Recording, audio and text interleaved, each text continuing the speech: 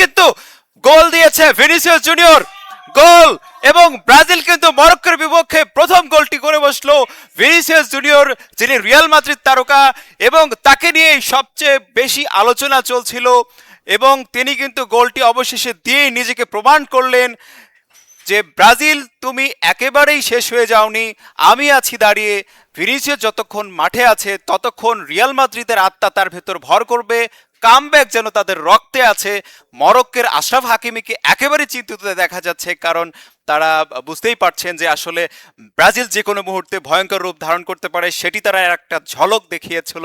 এবং সেই ঝলকের আমরা অংশ দেখলাম, ব্রাজিল 1 মরক্কো 1, এবং ভিনিসিয়াস জুনিয়রের দুর্দান্ত একটা গোল আমরা দেখতে পেলাম। এমনই একটা গোল প্রত্যাশা করছিল ব্রাজিলিয়ান ফ্যানরা, তারা অনেক বছর যাবত এই গোলটা দেখার জন্য অপেক্ষায় ছিল।